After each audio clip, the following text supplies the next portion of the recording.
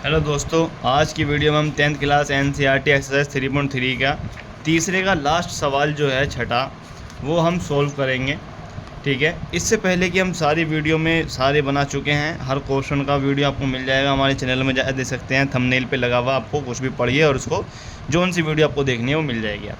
ठीक है, इसमें क्या कह रहा है ये वाले क्वेश्चन में, आज 5 वर्ष बाद जैकब की आयु उसके पुत्र की आयु से 3 गुनी हो जाएगी।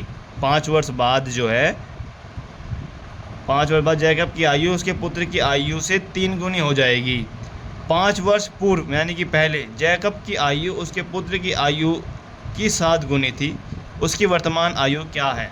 तो मान लेंगे कि जैकब की वर्तमान आयु, देखो दोस्तों, इसमें जो है आप मान ये करना होगा आपको।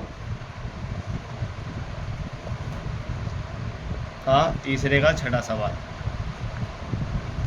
तो इसमें क्या करेंगे, माना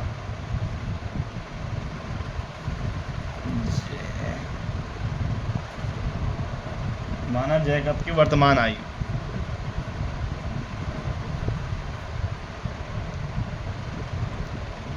जो चीज़ हमें निकालनी होती है और हमें पता नहीं होती है, उसको हम मान लेते हैं कि एक्स वाई की टर्म्स में हम मैथ में मान लेते हैं। ठीक है, उसके उसके पुत्र की आयु,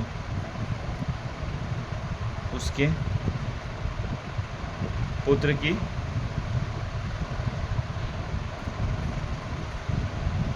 आयु कितनी हो जाएगी? वाई।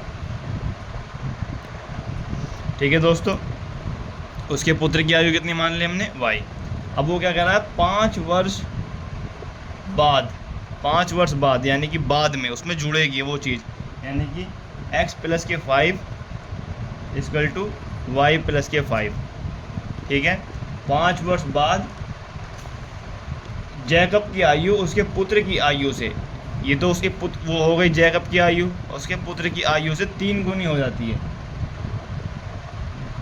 कितनी गुनी? 3 गुनी।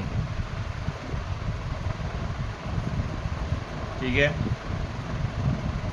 इसमें आप क्या कर, फिर इसको सोल्व कीजिए। x प्लस के 5 इक्वल टू 3, इसके अंदर गुणा करेंगे तो 3y प्लस के 15। ठीक है, आपको ये बात समझ में आई ना कि अरे यार दोस्तों, जब भी आप लेके ये क्वेश्चन करो ना, तो आप हमेशा किताब लेके बैठा करें। इसमें देखिए क्या कह रहा है, 5 वर्ष बाद जैकब की आयु उसके पुत्र की आयु से 3 गुनी हो जाएगी। तो वही चीज़ हमने यहाँ लिख दी, 3 गुनी हो जाएगी। और अब इसको हम सोल्व कर रहे हैं, इसमें कोई भी कन्फ्यूज़न होने वाली कोई सवाल ही नहीं है। ये 3y यहाँ आ जाएगा, ये आ जाएगा 15, और ये प्लस का उस साइड हो जाएगा माइनस का। जिस तरीके से ये प्लस का इस साइड आ गया, हो गया माइनस का। तो ये x बराबर माइनस के 3y इक्वल टू हो जाएगा 10। ठीक है दोस्तों, ये बना लेंगे हम समीकरण 1। ठीक है, फिर वो आगे क्या कह रहा है, 5 वर्ष पूर्व, दूसरे टर्म्स में क्या कह रहा है, 5 वर्ष पूर्व जैकब की आयु उससे जो है 5 वर्ष वो थी। तो x माइनस के 5 वर्ष पूर्व ये मान लिया, और दूसरी क्या है, y माइनस के 5 वर्ष पूर्व। देखो भाई दोस्तों, उसके जो है पूर्व का मतलब हो गया पहले, यानी कि उसमें से घटाना है। ठीक है, तो हमने ये घटा दिया, कितनी कम हो जाती, 7 गुनी थी, तो हमने यहाँ 7 लिख दिया। आप इसको किताब में पढ़िएगा तो ये सही समीकरण बनेगी, x माइनस के 5 इक्वल टू वाई माइनस के 7। इसमें मैं क्या कह रहा है, ये 5 वर्ष उसकी 5 वर्ष पूर्व जैकब की आयु उसके पुत्र की आयु की 7 गुनी थी।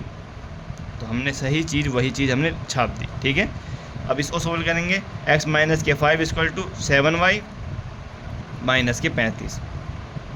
इस सवाल में बहुत बच्चे कंफ्यूज होते हैं, तो इसको ध्यान से देखिए। ठीक है, और ये सवाल ज़्यादातर पूछा भी जाता है। ठीक है, इन तरीके बच्चों को कंफ्यूज करने वाला ही सवाल ज़्यादातर पूछा जाता है, लेकिन वो बच्चे ऐसे कर लेते हैं।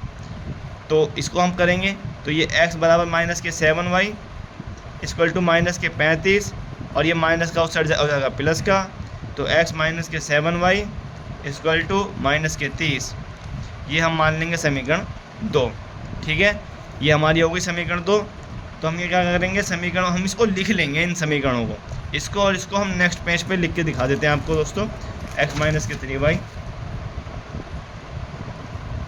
x माइनस के 3y इक्वल टू 10, समीकरण 1 है ये। और समीकरण 2 कितनी है हमारे पास, x माइनस के 7y इक्वल टू माइनस के 30। ये समीकरण हो गया हमारे पास 2। ठीक है, यही चीज़ पीछे लिखी हुई है जो हमने यहाँ पे लिख ली। अब यहाँ क्या करेंगे हम, समीकरण 1 से ही लो, समीकरण 1 से। ठीक है, x माइनस के 3y इक्वल टू 10, यहाँ से हम x का मान निकालेंगे तो x बराबर हो जाएगा 10 माइनस के 3y। इसको मान लो समीकरण 3। x का मान समीकरण 2 में रखने पर। ठीक है दोस्तों, अब समीकरण 2 क्या है, x माइनस के 7y इक्वल टू माइनस के 30। जहाँ पर भी x है वहाँ 10 माइनस के 3y रख दो। तो यहाँ हमने रख दिया 10 माइनस के 3y माइनस के 7y इक्वल टू माइनस के 30। इसको निकाला तो 10 माइनस के 3y माइनस के 7y इक्वल टू माइनस के 30। तो ये 10 है, बराबर के उस साइड जाके माइनस का हो जाएगा, और ये माइनस माइनस जुड़ जाएंगे तो माइनस के 10y, और ये माइनस का 30, और ये प्लस का वो आ जाएगा इधर माइनस का, तो माइनस के 10y equal to minus minus जुड़ जाएंगे तो 40। माइनस माइनस क्यों जुड़ रहे हैं, आप सोच रहे होंगे कि सर बोल रहे हैं माइनस माइनस जुड़ जाते हैं और माइनस का निशान लगा रहे हैं।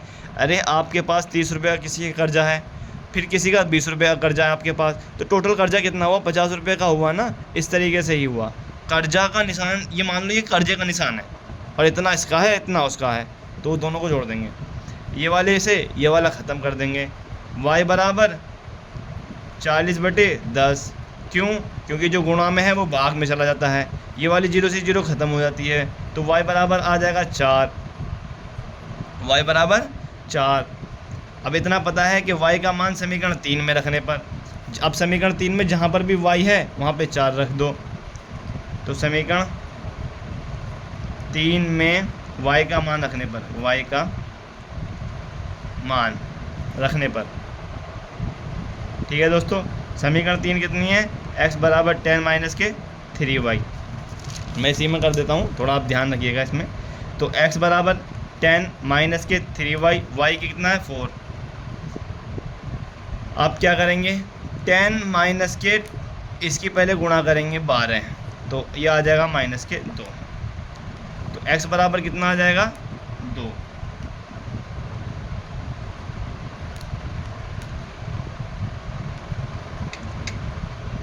कहीं गड़बड़ी हो करी है हमने, कहीं गलती हुई है दोस्तों। देखो दोस्तों, ये हमारा जो आंसर आया वो गलत हो गया। क्यों, यहाँ पे ये माइनस का बराबर के उस साइड जाके प्लस का होना था, और देख लो एक माइनस के चक्कर में पूरा सवाल जो है आपका गलत हो जाता, जैसे यहाँ पे हुआ। लेकिन यहाँ मैं आपको ठीक कर देता हूँ, आप भी ठीक कर लीजिएगा कि यहाँ हमने माइनस का उस साइड बराबर का हो गया, तो ये भी हो जाएगा आपका, ये माइनस का था तो ये प्लस का हो जाएगा, ये प्लस का हो जाएगा। तो यहाँ थोड़ा चेंज होगा आपका, क्यों, क्योंकि माइनस के साथ में से यहाँ आ जाएगा 4y।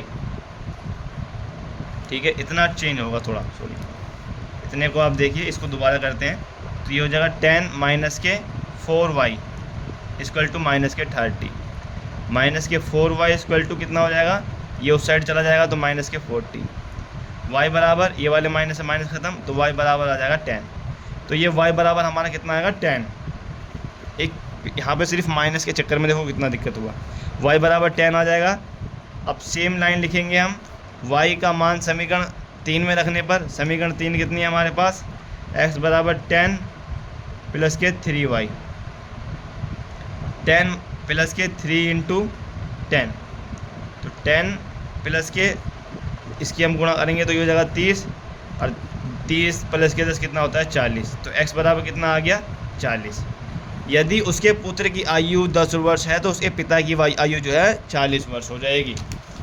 तो यहाँ से हमें मिल जाएगा कि जैकब की वर्तमान आयु 40 और उसके पुत्र की आयु 10। यहाँ मैं लिख देता हूँ x बराबर 40 और उसके पुत्र की आयु 10। ठीक है दोस्तों, इस तरीके से ये सवाल होगा, आप एक बार देख लीजिए। ठीक है, बस एक थोड़ी सी गलती हुई थी यहाँ पे, वो आप ठीक कर लीजिएगा। ठीक है, देखो, थैंक यू सो मच हमारे साथ बने रहने के लिए।